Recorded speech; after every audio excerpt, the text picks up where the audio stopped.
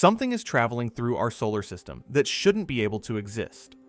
A 400,000 kilometer jet pointing directly at the sun, streaming from an object we thought was just another comet. Except comets don't do this. Solar radiation should blast those particles away instantly. The physics says it's impossible. But Avi Loeb's new analysis found something buried in the data that changes everything. The constraints that make this structure impossible, they all disappear under one specific condition. If this isn't sublimation, it's exhaust. 3I Atlas is approaching Jupiter right now, and the question we're forced to ask is uncomfortable. Are we watching a comet melt, or are we watching something burn fuel? Stay with me, because what comes next might change how you think about what moves through the darkness between stars. You'll want to follow along as this interstellar enigma reveals itself, measurement by measurement. Hit subscribe, because 3I Atlas is still approaching Jupiter, still defying our models, and the observational data keeps pouring in. The anomalies we're unpacking tonight are just the beginning, and you'll want to be here when the pieces finally align, and what we're really looking at becomes impossible to ignore. Something is pointing at the sun that shouldn't be able to exist. 400,000 kilometers of material stretching through space like a cosmic finger, aimed directly at our star. You know what comets are supposed to do, right? They grow tails that point away from the sun. Solar radiation pushes dust and gas outward, creating those beautiful sweeping arcs we've photographed for centuries. That's basic physics. That's how pressure works. Light from the sun hits tiny particles and shoves them in the opposite direction, the same way a flashlight beam can't push you backward, but can move a speck of dust. So when astronomers spotted this structure emerging from Comet 3I Atlas, this interstellar visitor passing through our solar system, they had to double-check their instruments. Because what they were seeing violated the fundamental rules. This wasn't a tail curving gracefully away from solar radiation. This was something else entirely.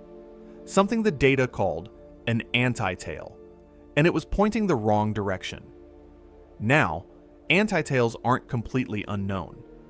Sometimes viewing geometry creates an illusion where a tail appears to point sunward when it's really just an optical trick, particles spread along the comet's orbital plane that happen to align with our line of sight. But those are short-lived, subtle effects. This structure stretching from 3I Atlas was neither short-lived nor subtle. It persisted, it grew, and it maintained that impossible geometry even as the comet rounded the sun and continued its journey. Here's where the physics gets uncomfortable. Avi Loeb, the Harvard astrophysicist who's made a career of asking questions other scientists prefer to ignore, recently published an analysis that breaks down exactly why this structure can't be made of normal comet dust. The math is straightforward and brutal. Tiny particles, the kind that sublimating ice would release when a comet approaches the sun, would be blown away instantly by solar radiation pressure. They simply cannot survive pointing toward the sun. The force pushing them away is too strong. They'd be scattered within hours, maybe days at most. But what if the particles aren't tiny? What if they're larger, heavier chunks of material? That creates a different problem. Bigger particles have more mass, which means they need more force to accelerate them to the speeds necessary to create a structure hundreds of thousands of kilometers long. And here's the thing about comets. The standard model of how they work involves sublimation. Ice turns to gas, gas expands, and that expanding gas drags dust particles along for the ride. It's called gas drag, and it's a passive process. Heat from the sun warms the surface, volatiles boil off, particles get carried away by the expanding cloud. Gas drag is great at moving small, light particles. It's terrible at accelerating heavy ones. The relationship between particle size and the force required to move, it scales badly. Double the diameter of a particle, and you've increased its mass eightfold, but the surface area that gas can push against only increases fourfold. The math stops working. You end up needing impossibly high gas production rates to move the kind of heavy material that could resist solar radiation pressure. So we're stuck. Small particles can't point at the sun. Big particles can't be accelerated naturally. This is what physicists call a constraint conflict. The observations require both conditions to be true simultaneously, which means either our observations are wrong, our physics is wrong, or something else is happening. Loeb's analysis focuses on this impossibility. He walks through the numbers with the kind of precision that makes you uncomfortable, because you can't find the escape hatch. If this structure is made of standard comet material, behaving according to standard comet physics, it cannot exist. And yet there it is, captured in images from multiple observatories, tracked across weeks of observation, measured and confirmed. This is where the hypothesis gets weird. What if the jet, because that's what we're really talking about here, a massive jet of material streaming from this object, what if it isn't caused by passive sublimation at all? What if instead of gas drag weakly pulling particles along, something is actively pushing them? What if this is exhaust? Exhaust from a rocket doesn't rely on ambient heating and gentle gas expansion. It's directed thrust. Combustion or some other energetic process generates force in a specific direction, and that force can accelerate heavy particles to high velocities regardless of their size. The constraints that make the anti-tail impossible under natural models, they vanish if you're dealing with a directed expulsion mechanism. Now, before you start thinking little green pilots, understand this. The hypothesis doesn't require consciousness or engineering. Any process that creates consistent directional thrust could produce this effect. Internal chemical reactions, volatile pockets releasing stored energy, structural failures that vent material preferentially in one direction. The universe is full of energetic processes. But here's what makes this observation so unsettling. We've studied comets for a very long time.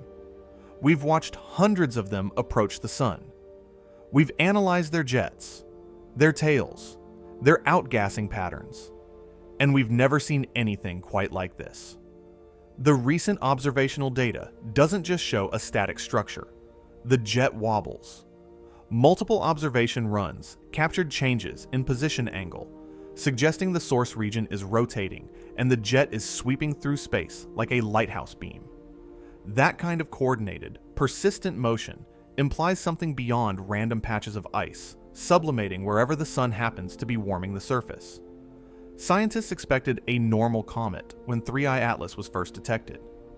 Interstellar origin, sure, that's exotic. But Borisov came through in 2019 and behaved exactly like solar system comets. There was no reason to think this one would be different. What they got instead was an object that keeps refusing to follow the script. Every new observation adds another layer of strangeness, another detail that fits uncomfortably with our models. So, what are we looking at?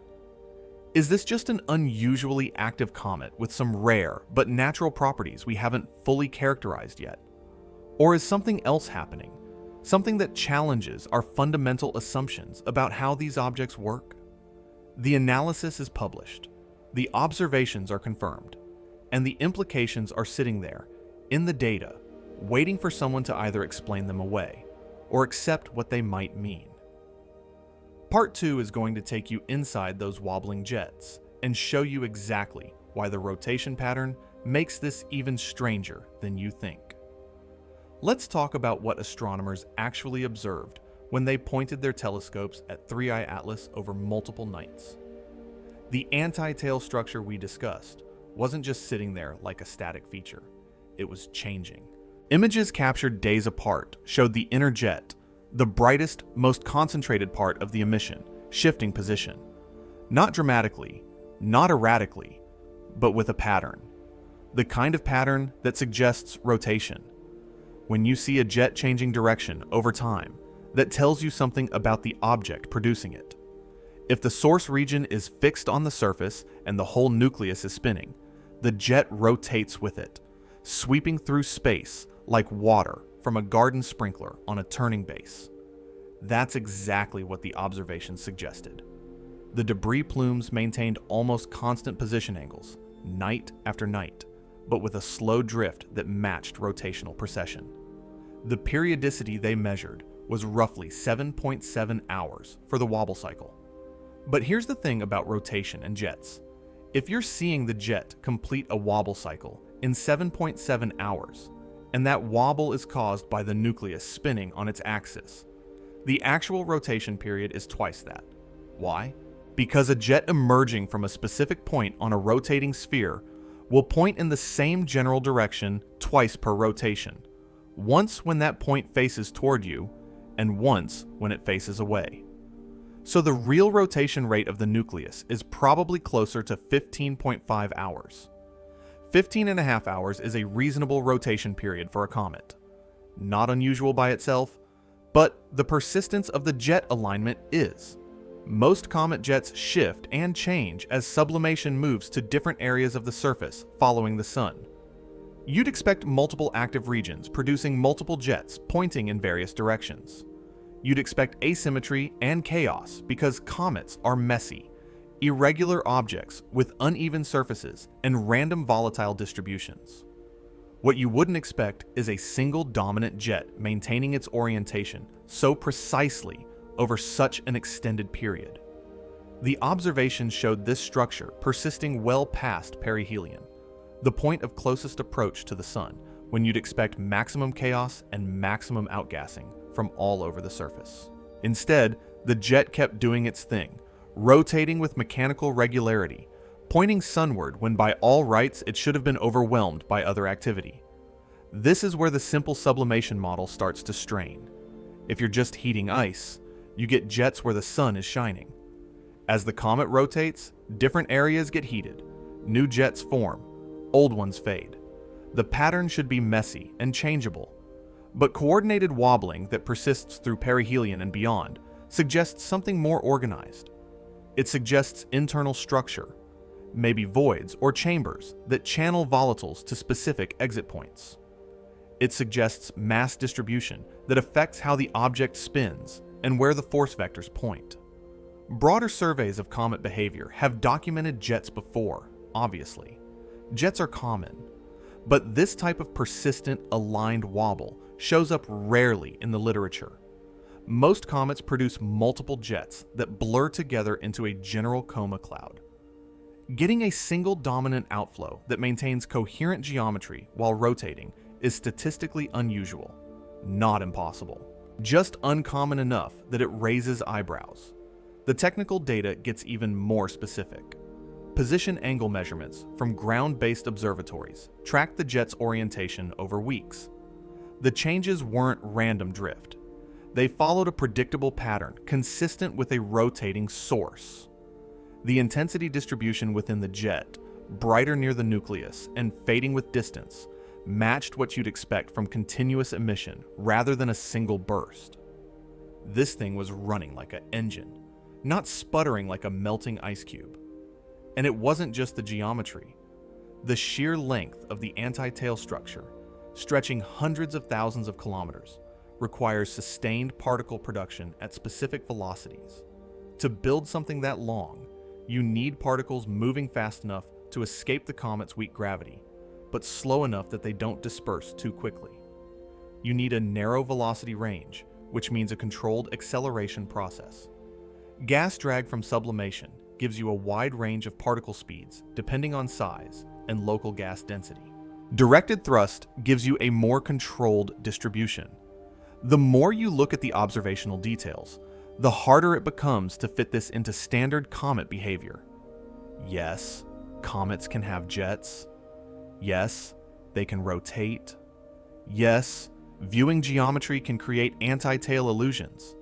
But getting all of these features together in this configuration, with this persistence, pushes the boundaries of what we've seen before. Some researchers argue this is just natural variation. Comets are diverse. We've only studied a tiny fraction of the total population. Interstellar comets might have different compositions, or thermal properties that lead to unusual behavior. All true. But that argument works both ways.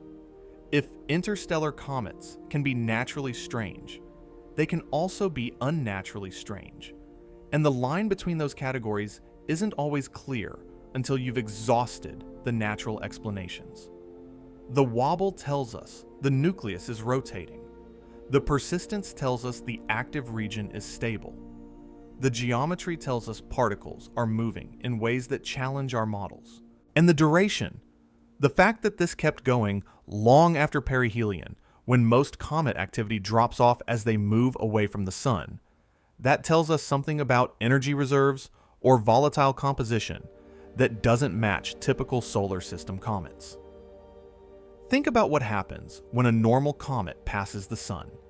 It heats up, outgasses violently near perihelion, then quiets down as it moves back into the cold outer solar system. The activity curve follows the heating curve. But 3I Atlas maintained significant jet activity, well past the point where you'd expect it to fade. The anti-tail remained visible. The wobble continued. Something was still driving the outflow, even as solar heating decreased. That doesn't prove anything exotic. Deep volatile reserves, unusual ice compositions, subsurface cavities releasing stored heat, all of these could extend activity past normal timescales. But they all require special conditions. They all make this comet an outlier. And when you start stacking outliers on top of outliers, when every new measurement requires another, well, it could be this unusual natural thing, eventually you have to ask whether you're looking at a combination so unlikely that maybe, just maybe, you're missing something fundamental about what this object is. The jet rotates, the structure persists, the geometry defies simple models, and we're just getting started unpacking the weirdness. Part 3 is where the physics gets truly uncomfortable, where we explore what happens when you stop assuming this is sublimation and start asking what else could produce these effects. Now we're going to talk about thrust. The core physics idea is simple, almost too simple, which is probably why it makes people uncomfortable. If a jet isn't merely caused by gas drag from sublimation, if instead something is actively accelerating particles outward with directed force, then all those impossible constraints we discussed earlier, they just disappear. Let's break down the difference. Gas drag is what happens when ice turns to vapor and expands. The expanding gas bumps into dust particles sitting on the surface and pushes them along like leaves in a breeze. It's a passive process. The particles are just along for the ride. They get whatever velocity the gas can impart to them, which depends on gas density, expansion rate, particle size, all these variables that make the final particle speed unpredictable and widely distributed. Directed acceleration is different. That's active force applied to particles in a specific direction. Think of the difference between wind-blowing sand around versus a pressure washer blasting particles forward. The wind scatters sand everywhere based on turbulence and chance. The pressure washer creates a coherent stream because the force is organized and directional. Rocket exhaust is directed acceleration. Combustion or some other energetic process generates high-pressure gas moving in one direction, and that gas carries particles with it at high velocity. The particles aren't passengers hoping to catch a ride. They're being shoved by organized force. And because the force is directional and sustained, you can accelerate heavy particles to speeds that gas drag could never achieve. This matters for the anti-tail problem. Remember, solar radiation pressure pushes outward from the sun. For particles to point sunward and maintain that geometry, they need to be heavy enough to resist being blown away. But natural gas drag can't accelerate heavy particles efficiently. You're stuck in a paradox. Directed thrust breaks the paradox. If something is actively pushing heavy particles outward from the comet, then those particles can have enough mass to resist solar pressure while still achieving the velocities needed to create a 400,000 kilometer structure. The physics analogy is straightforward. Imagine trying to blow a bowling ball across the floor by breathing on it. That's gas drag trying to move heavy particles. Now, imagine putting the bowling ball in a cannon. That's directed thrust. Different mechanism, different results. Loeb's analysis points out that under a directed expulsion model, the particle size constraints change completely. Suddenly, you're not limited to the tiny grains that sublimation can move. You can have millimeter-scale particles, centimeter-scale debris, chunks of material that would be impossible to accelerate naturally, but are perfectly feasible if something is actively expelling them. And here's what makes this hypothesis testable: the jet geometry. With gas drag, you expect diffuse, wide-angle dispersion, because the gas expands in all directions from active regions. With directed thrust, you expect collimation, a focused stream, because the force is organized. The observations of 3I Atlas show a remarkably collimated jet for something supposedly driven by random sublimation. The structure is narrow near the source and maintains coherence over enormous distances. Now, the counter-arguments. Skeptics correctly point out that natural comets can produce collimated jets under certain conditions. If volatiles are venting through cracks or fissures in the surface, the geometry of those openings can focus the outflow. We've seen this before with other comets. Narrow jets aren't automatically evidence of exotic processes. True. But those natural jets don't usually persist with this kind of stability. They don't usually maintain precise rotational alignment. They don't usually produce anti-tail structures that violate standard dust models. Each individual feature might have a natural explanation, but the combination is what's striking. The other counterargument is chemical. If this were rocket exhaust in the traditional sense, we'd expect to see combustion products, unusual chemical signatures, heat signatures that don't match solar heating alone. So far, spectroscopic observations haven't revealed obvious smoking guns in the chemical composition, though they have shown some oddities we'll get to in Part 4. But here's the thing. The rocket exhaust hypothesis doesn't require literal combustion. It doesn't require fuel and oxidizer mixing and burning. It just requires any process that creates sustained, directional expulsion of material. That could be volatile decomposition releasing stored chemical energy. It could be structural failure venting pressurized cavities. It could be phase transitions in exotic ices creating pressure bursts. The universe has plenty of ways to generate directed force without needing a traditional rocket engine. What the hypothesis really demands is some kind of internal structure or mechanism that organizes the outflow. Random sublimation gives you chaos. Organized thrust requires organization, which means either the internal architecture of the comet is channeling material in specific ways, or something about the energy release process is inherently directional. Follow-up questions emerge from this idea. If the jet implies internal structure, what does that structure look like?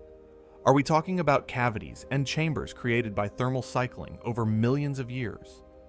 Are we talking about compositional layers that sublimate at different rates, creating pressure differentials? Or are we talking about something else entirely? Something we haven't considered because we've never encountered it before? The persistence of the jet alignment suggests whatever's producing it isn't random. It's not a lucky configuration of surface features that happens to point the right way. It's stable. It rotates with the nucleus. It maintains output over extended timescales. That implies either remarkable geological coincidence or actual internal organization of mass and structure. And there's another implication buried in this hypothesis.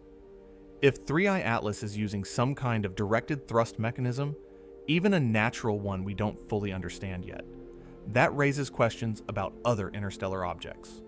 Oumuamua, the first confirmed interstellar visitor in 2017, showed non-gravitational acceleration that scientists struggled to explain. The leading hypothesis involved outgassing, but Oumuamua showed no visible coma, no dust tail, no obvious signs of volatiles. Some researchers proposed exotic explanations. Others insisted natural processes could account for the observations if you tweaked the parameters enough. What if some interstellar objects are just built differently? What if formation conditions in other stellar systems, or long-term exposure to galactic cosmic rays during millions of years in interstellar space, create internal structures and compositions that don't match our solar system templates? What if we're witnessing genuinely new physics, not in the sense of breaking fundamental laws, but in the sense of material configurations and processes we haven't encountered in our limited sample of local comets? The rocket exhaust hypothesis doesn't prove anything by itself. It's a framework for thinking about the observations differently. It says, if you stop assuming this is ordinary sublimation and start treating it as active expulsion, the contradictions resolve. The impossible particle sizes become possible. The persistent geometry makes sense. The wobbling rotation looks less like coincidence and more like mechanical behavior. Whether that active expulsion is natural or something else, that's the question that keeps researchers up at night. And it's the question we're going to keep pulling apart as we examine more anomalies in Part 4, where the weirdness extends far beyond just the jet. The jet isn't the only thing about 3I Atlas that doesn't quite fit. Let's establish some baseline expectations. Comets in our solar system have been studied extensively. We know how they typically behave when they approach the sun. We know their composition ranges, their outgassing patterns, their structural properties. We have a taxonomy, a classification system based on orbital characteristics and physical traits.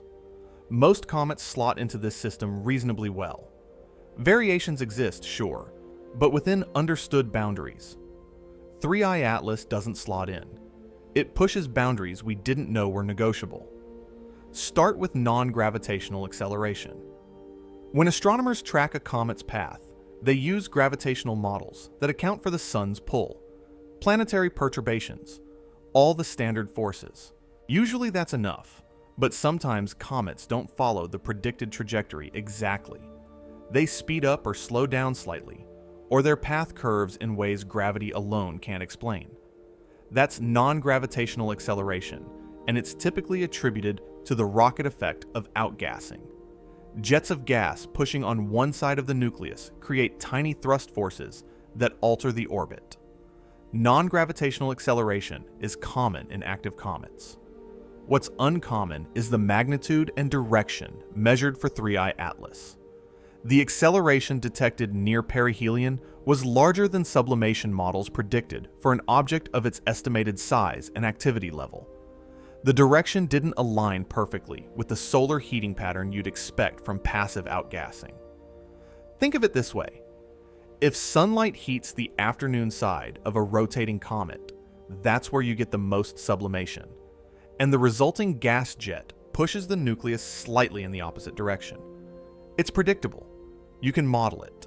The observations of 3I Atlas showed acceleration that required either much more vigorous outgassing than expected or outgassing from unexpected locations. Either way, it's an outlier. Then there's the polarimetry. This is where things get chemically weird. Polarimetric measurements analyze how light scatters off particles in the coma, which tells you about particle composition and structure. Different materials polarize light differently. Most solar system comets show polarization signatures that fall within a known range. They might be silicate-rich or carbon-rich, but the patterns are familiar. 3I Atlas showed extraordinarily deep negative polarization. The technical details matter less than the implication. This suggests particle compositions or structures unlike typical solar system comets. Some researchers interpreted this as evidence of organic rich material or unusual dust grain properties. Others noted that such extreme polarization is rare but not unprecedented in dynamically new comets. Objects making their first pass near the sun with pristine, unprocessed surfaces. But here's where it compounds. The coma composition measurements revealed extreme carbon dioxide enrichment. Most comets are water-dominated. Water ice is the primary volatile, and when it sublimates, you get a water-rich coma with traces of carbon dioxide, carbon monoxide, methane, other stuff in smaller quantities. The ratio of carbon dioxide to water in 3I Atlas was flipped. Carbon dioxide dominated. Water was the trace component. Carbon dioxide-dominated comets aren't unknown. We've seen a few. But they're rare, maybe a couple % of the total population, and they're usually explained by specific formation conditions, like condensing far from the sun, where carbon dioxide can freeze, but water is already mostly gone from the local environment. For an interstellar object, you could invoke formation in a different stellar system with different chemistry. Plausible. But it's another outlier stacked on the pile. The mass and size estimates add another layer. Early photometric measurements suggested a relatively large nucleus, maybe a few kilometers across. But the brightness variations and activity levels didn't quite match what you'd expect from an object that size. Either the nucleus was smaller and more reflective than typical comets, or larger and less active, or the whole size estimation was complicated by unusual dust production that distorted the brightness measurements. Some data hinted at a very large object behaving too calmly. A several kilometer nucleus should produce massive outgassing and dramatic brightness changes near perihelion. 3I Atlas was active, definitely, but not as wildly as its supposed size would predict. That suggests either the size estimates were wrong, or something about its composition or structure-suppressed activity relative to what we'd expect. Researchers have proposed various natural explanations. Maybe the surface has an insulating layer that limits how quickly heat penetrates. Maybe the interior has low volatile content despite the high carbon dioxide in the coma. Maybe it's fragmenting slowly, shedding chunks that complicate brightness measurements. Each explanation works individually for specific observations, but explaining all the observations simultaneously requires a complicated story with multiple special conditions. This is where scientific debate gets interesting. One camp argues that 3I Atlas fits within comet behavior, just at the unusual end of the spectrum. Comets are diverse. Interstellar comets might be even more diverse. Rare doesn't mean impossible. All the observed anomalies can be explained by natural processes if you accept that this is a statistically unlikely but perfectly valid object. The other camp says yes, technically, but the number of statistically unlikely features all showing up in one object strains credibility. At what point does a pile of outliers become evidence that you're not looking at natural variation within a known population, but something genuinely different? There's no consensus. The data is what it is. The interpretations diverge based on how much weight you assign to each anomaly and how generous you're willing to be with natural explanations. Here's what bothers some researchers. We've never seen an interstellar object behave exactly like a solar system comet. Oumuamua didn't. 3I Atlas doesn't. Maybe interstellar space does something to these objects. Maybe millions of years of exposure to cosmic radiation alters surface chemistry. Maybe collisional processing in dense molecular clouds creates compositions we don't see locally. Or maybe interstellar objects form differently in other stellar systems, and we're just now getting our first real look at how diverse planetary system formation can be across the galaxy. All of that is plausible. All of it fits within known physics. But it also means we're observing things we've never observed before, which makes model building speculative. We're extrapolating from solar system norms to interstellar cases without much data. 2 objects isn't a sample size. It's an anecdote. So when someone asks whether 3I Atlas represents a new class of interstellar comet or something altogether different, the honest answer is we don't know. We're still trying to fit the square peg of its observed properties into the round hole of our models. Maybe with enough sanding and adjustments, it'll fit. Or maybe we need to acknowledge the hole is the wrong shape. Part 5 is going to wade into the interpretive battlefield, where scientists, skeptics, and yes, internet theorists all try to make sense of what we're seeing. Science doesn't happen in a vacuum. and neither does interpretation. The main scientific camp, the consensus view if there is one, holds that 3I Atlas is a comet. Unusual, sure, but explainable within the framework of cometary physics. All the observations, the anti-tail, the jet wobble, the composition oddities, the non-gravitational acceleration, they can be accounted for with natural processes. Maybe the processes are rare. Maybe they require specific conditions. But nothing definitively demands exotic explanations. This view is grounded in parsimony, the principle that you don't invoke extraordinary explanations when ordinary ones suffice. Comets are weird by nature. They're dirty snowballs subjected to extreme thermal stress, rotating chaotically, fragmenting unpredictably, outgassing asymmetrically. Adding interstellar origin just means different formation chemistry and cosmic ray processing. Rare but natural. The opposing view, more accurately a spectrum of opposing views, argues that the observed behaviors strain natural models uncomfortably. Yes, you can explain each anomaly individually with enough adjustments and special pleading. But when you need 5 different rare, natural processes, all occurring simultaneously in one object, maybe you're missing something. This is where physics tension proponents come in. They don't necessarily claim anything exotic. They just point out that pure sublimation models, the kind where sunlight heats ice and gas drag moves dust, those models have trouble reproducing the full suite of observations without invoking parameters at the edge of plausibility. Production rates that seem too high, particle sizes that seem too large, jet stability that seems too organized. Some researchers have floated more speculative ideas. Internal cavities that create pressure chambers, structural elements that channel volatiles to specific vents, mass shedding patterns that suggest layered composition. These aren't mainstream hypotheses. They're thought experiments, attempts to explore what could produce the observed patterns if standard sublimation isn't the whole story. Then, there's the internet. Oh, the internet. Reddit threads where amateur astronomers and enthusiasts dissect every image, every data release, looking for patterns. Some of these discussions are thoughtful, applying critical thinking to genuinely puzzling observations. Others spiral into speculation about alien probes and interstellar artifacts. The probe narrative has particular traction. Here's this interstellar object passing through our solar system, behaving strangely, showing motion that defies simple models. It's headed toward Jupiter. Some threads speculate it's adjusting course, though there's no evidence for that. Others point to the anti-tail as proof of propulsion, ignoring or dismissing natural explanations. The story is compelling because it fits archetypal narratives about first contact and cosmic visitors. Why do these speculations take root?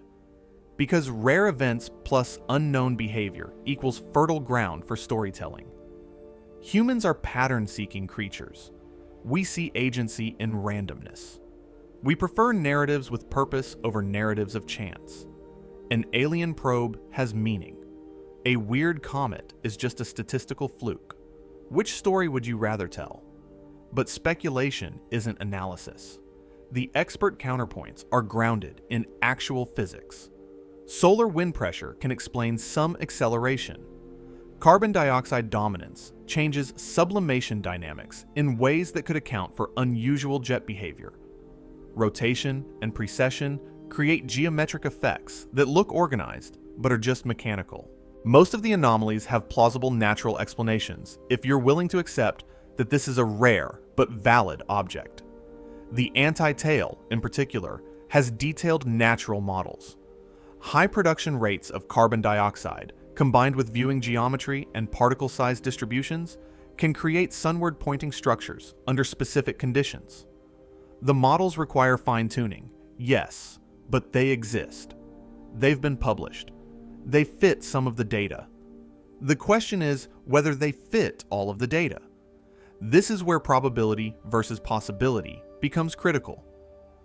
Is 3I Atlas a 1 in a million comet that happens to hit every rare natural condition simultaneously? Possible. Is it something else that we're miscategorizing because we're forcing it into the comet box? Also possible. Which interpretation is more probable depends on priors, on what you think the baseline likelihood is of each scenario. If you think interstellar objects are basically like solar system objects with minor variations, then rare but natural is probable. If you think interstellar objects might be fundamentally different because formation conditions vary wildly between stellar systems, then you're more open to genuinely new categories. If you think technological artifacts are plausible, then exotic explanations move from fringe to discussable. None of this is settled. The scientific process is ongoing. More observations are being collected. Models are being refined. Data is being argued over in papers and conferences. What looks like an outlier today might become understood tomorrow with better models. Or it might remain stubbornly inexplicable, forcing eventual paradigm shifts. The interpretive battlefield isn't just about this one object. It's about how we approach anomalies in general.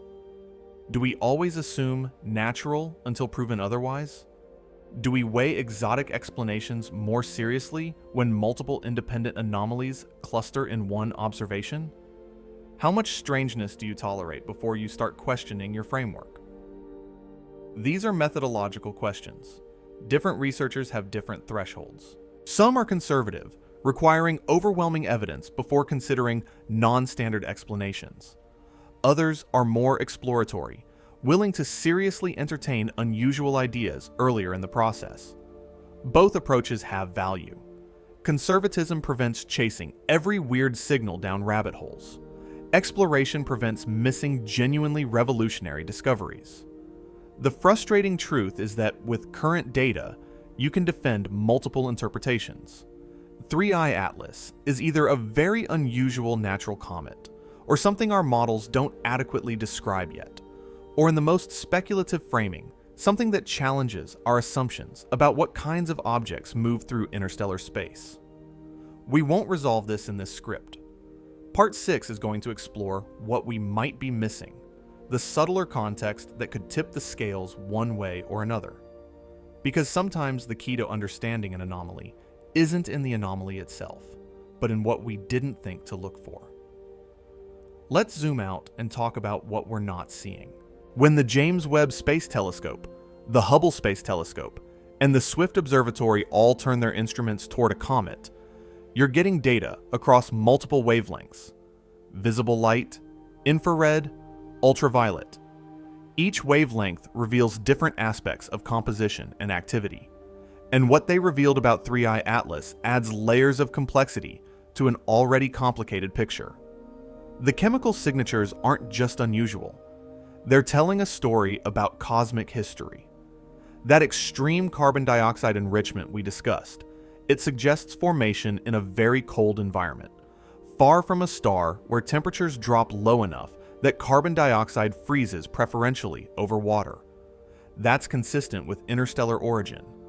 This thing condensed somewhere out in the cold depths between stars, or in the outer reaches of another stellar system. But there's more. The spectral slope, the way brightness changes across wavelengths, is unusually red. Reddish surfaces on comets often indicate organic compounds, complex carbon-based molecules that form through radiation processing over long timescales. When cosmic rays, high-energy particles zipping through space, bombard ice and simple molecules over millions of years, they drive chemical reactions that create more complex organics. It's called radiation processing, and it's how you get the reddish, organic-rich surfaces seen on some outer solar system objects. 3I Atlas shows signs of extensive radiation processing. That makes sense for an object that spent millions, maybe billions of years drifting through interstellar space. Cosmic rays don't just hit the surface. They penetrate centimeters to meters deep, altering chemistry throughout the outer layers. What we're seeing when we observe this comet might be the result of galactic scale aging, chemistry driven by the ambient radiation environment of the Milky Way. That's fascinating and entirely natural. It tells us that interstellar objects carry chemical records of their journeys. They're not pristine. They're processed, aged, transformed by their environment. If we want to understand what other stellar systems produce, we need to account for how interstellar space modifies those products. Now, compare 3I Atlas to other unusual comets. Comet Borisov, the previous interstellar visitor, showed large grain jets and unusual dust properties. Its coma contained millimeter-sized particles moving at low velocities, suggesting something about its structure or composition allowed larger chunks to escape. We learned from Borisov that interstellar comets can behave similarly to solar system comets in some ways, while differing in others. 3I Atlas takes that lesson further. The polarimetry results, those extreme negative polarization values, they're similar to what we see in some dynamically new comets from the Oort cloud, objects making their first trip into the inner solar system after billions of years in deep freeze. But they're more extreme. The particle structures implied by the polarization data don't match common solar system dust types cleanly. Does that mean the dust is exotic? Not necessarily. It might just mean it's processed differently, or composed of materials and ratios we don't commonly encounter. The models used to interpret polarimetry are calibrated on solar system samples. If interstellar material has a different baseline, the interpretations shift. Here's a subtlety that matters: viewing geometry. The anti-tail structure we keep discussing could, in principle, be explained by the angle at which we're observing the comet. If particles are spread along its orbital plane and we're looking nearly edge-on, material behind the comet can appear to extend toward the sun. It's a projection effect, not a real sunward tail. The problem is that the anti-tail in 3I Atlas is longer and more persistent than typical projection effects. To get a 400,000 kilometer structure from geometry alone, you need a very specific alignment and a very extended particle distribution. Not impossible, but uncommon. And you still need to explain why the particle distribution is so extended in the first place, which brings you back to the acceleration problem. Observational limitations compound the uncertainty. 3I Atlas is faint. It's distant.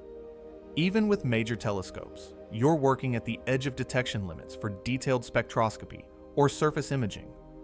Some measurements have significant error bars. Some interpretations rely on models with assumptions that might not hold for interstellar objects. Distance introduces another variable. When you're observing a comet that's hundreds of millions of kilometers away, you're seeing integrated light from the whole coma. You can't resolve small-scale structures. You can't separate surface activity from coma emissions. Everything blurs together. That makes definitive conclusions difficult. There's also the question of what happens next. 3I Atlas is on a trajectory that will take it past Jupiter. Close approach to a giant planet offers opportunities for additional observations and potentially better constraints on mass and size if Jupiter's gravity perturbs the orbit measurably. But it also introduces new variables. Will tidal forces from Jupiter trigger additional outgassing? Will gravitational interactions change the rotation state? Some researchers are planning follow-up observation campaigns. If the comet remains active during its Jupiter flyby, we'll get more data on jet behavior, composition, and non-gravitational forces. If it goes quiet, that tells us something about volatile reservoirs and activity drivers. There's a larger implication lurking here. If we're misreading 3I Atlas, if our models are inadequate for interstellar objects, what does that mean for future visitors? How many interstellar comets pass through the inner solar system undetected because they don't behave the way we expect? How many have we missed because our search algorithms are tuned for solar system norms? Detection bias is real.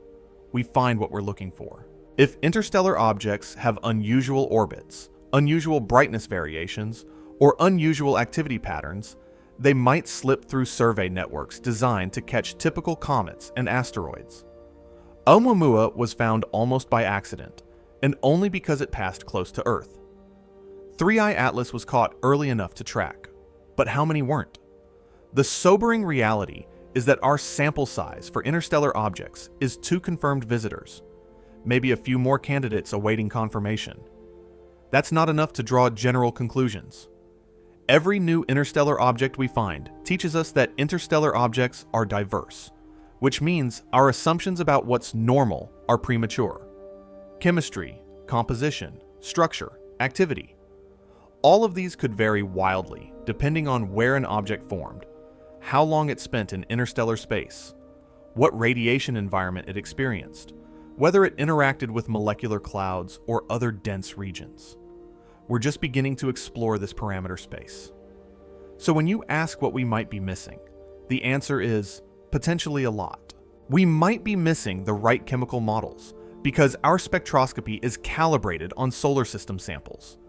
We might be missing structural clues because resolution limits prevent detailed imaging. We might be missing whole categories of activity because we don't know what to look for. Or maybe we're not missing anything. Maybe 3I Atlas is exactly what it appears to be. An unusually active, carbon dioxide-rich interstellar comet with some rare but natural properties. Science progresses by eliminating possibilities. Each observation narrows the range of viable explanations. Eventually, we converge on truth. But that process isn't complete yet. The jury is still out.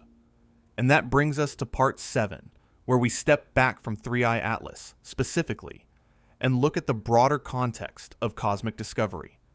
The other wild things happening in space right now that remind us how much we still don't understand about the universe we inhabit. While 3I Atlas wobbles its way through the inner solar system, the rest of the universe hasn't exactly been quiet. 2025 has been a remarkable year for astrophysics, the kind of year where multiple major discoveries compete for headlines, and each one would have been the story of the year in a slower news cycle. Let's talk about 3 of them, because they connect thematically to what we've been discussing. The universe keeps surprising us, and the things we thought we understood keep revealing new layers of complexity. First up, black holes. Specifically, Sagittarius A star, the supermassive black hole at the center of our galaxy. We've known it's there for decades. We've even imaged its event horizon shadow, that famous photograph from the Event Horizon Telescope collaboration, showing the ring of light bent around the darkness. But this year, observations revealed something genuinely unexpected. Space tornadoes. Not literal tornadoes, obviously, but magnetic field structures around Sagittarius A star that twist and churn like tornado funnels, channeling matter and energy in ways that create extreme variability in emission. Flares from the black hole that spike in intensity over hours, driven by magnetic reconnection events and turbulent plasma flows. Why does this matter? Because black holes are supposed to be the most predictable objects in the universe. They're described by just 3 parameters: mass, spin, and charge. Everything else about their behavior should follow from general relativity and electromagnetism. Simple physics, extreme conditions. But the details of how matter behaves near event horizons, how magnetic fields organize and dissipate, how energy gets extracted and flung into space, those details are messy and not fully understood. Every time we observe Sagittarius A star doing something unexpected, we're testing general relativity at its limits. We're probing physics regimes where space-time curvature is so intense that our mathematical tools strain, and we keep finding surprises. Variability patterns that don't match simple accretion models, jet formations that appear and disappear, magnetic field structures more complex than simulations predicted. The parallel to 3I Atlas is clear. Even the most powerful forces in the universe, gravity at its most extreme, still produce behaviors that challenge our models. We're not done understanding black holes. We're not done understanding comets. Both keep teaching us that nature is more creative than our theories. Second, a newly observed gamma ray burst from the early universe. GRB 250314A if you want the catalog designation, but what matters is what it represents. This burst came from a supernova that exploded when the universe was less than 1 billion years old, back in the era when the first stars were forming and dying. Gamma-ray bursts are the most energetic explosions we know about besides the Big Bang itself. They're triggered when massive stars collapse into black holes, or when neutron stars collide, and for a few seconds, they outshine entire galaxies. The energy released in those seconds equals what our sun will emit over its entire 10 billion year lifetime. Finding a burst from the early universe tells us that massive stars were forming and dying quickly after cosmic dawn. It tells us that heavy element production, the process that creates carbon, oxygen, iron, all the stuff planets and life are made from, was already underway. It tells us that the early universe was violent and active, not the quiet, slowly evolving place we might imagine. But it also raises questions. How do you form stars massive enough to produce gamma-ray bursts so quickly after the Big Bang? The first stars should have been made of pure hydrogen and helium, no metals, no complex chemistry. Yet, they achieved masses high enough to collapse catastrophically. The physics of star formation in metal-free environments is still debated. And here's the connection to interstellar objects. Those first stars, when they died, they seeded their environments with processed material. Dust, metals, complex molecules. That material went on to form new stars, new planets, new comets. The interstellar objects passing through our solar system now, they carry chemical records that might trace back billions of years to stellar systems formed from material ejected by early supernovae. 3I Atlas might contain dust grains older than our solar system, formed in another star's death throes and incorporated into a comet when that star's planetary system was still condensing. Stardust, literally. Every comet is an archive of cosmic history, and interstellar comets are archives from other archives, libraries from alien worlds we'll never visit. Third, the year of the comet. Multiple spectacular comets have graced our skies in 2025. Comet Lemon, visible from the southern hemisphere with a brilliant blue ion tail. Comet Swan, producing dramatic outbursts and fragmentations. And of course, 3I Atlas, the subject of this script, the interstellar visitor that refuses to behave. NASA's tracking campaigns have captured these comets across multiple wavelengths, building mosaic images that show activity patterns invisible to the naked eye. Ultraviolet observations reveal hydrogen clouds extending millions of kilometers. Infrared shows temperature distributions and dust emission. Visible light gives us the classic comet aesthetic, the glowing coma and sweeping tails. What these campaigns are teaching us is that comets are more diverse than we realized. No two comets are identical. Each one has its own composition, its own structure, its own response to solar heating. Some fragment spectacularly, some barely outgas, some rotate chaotically, others maintain stable spins. The population is heterogeneous, which makes generalizations difficult. And this brings us back to the question of whether 3I Atlas is an outlier or just the extreme end of natural variation. If solar system comets are already wildly diverse, why wouldn't interstellar comets be even more so? Formation conditions in other stellar systems could range from environments similar to our own to radically different chemistries and temperatures. The parameter space is enormous. Every rare comet event, every black hole oddity, every ancient supernova, they all add data points to our understanding of a universe that operates on scales and timescales almost incomprehensible. We've been doing astronomy for centuries, serious astrophysics for about 100 years, and we're still finding fundamentally new phenomena. That should be humbling. It should also be exciting, because it means there's still so much to discover. 3I Atlas, whatever it ultimately turns out to be, is a reminder that the universe doesn't owe us explanations that fit neatly into our current models. It just is. And our job is to keep observing, keep questioning, keep refining our understanding until the picture becomes clearer. So here we are, a comet from another star system, behaving strangely, defying easy categorization. Black holes churning magnetic tornadoes. Supernovae from cosmic dawn. Multiple comets painting the sky. 2025 has been a year of cosmic revelations, and we're not done yet. The universe is still out there, doing things we can barely explain. And somewhere in the cold dark between stars, countless other objects are drifting, carrying their own secrets, waiting for their moment to pass close enough that we might catch a glimpse and wonder what mysteries they hold. Keep looking up. There's always something new to find.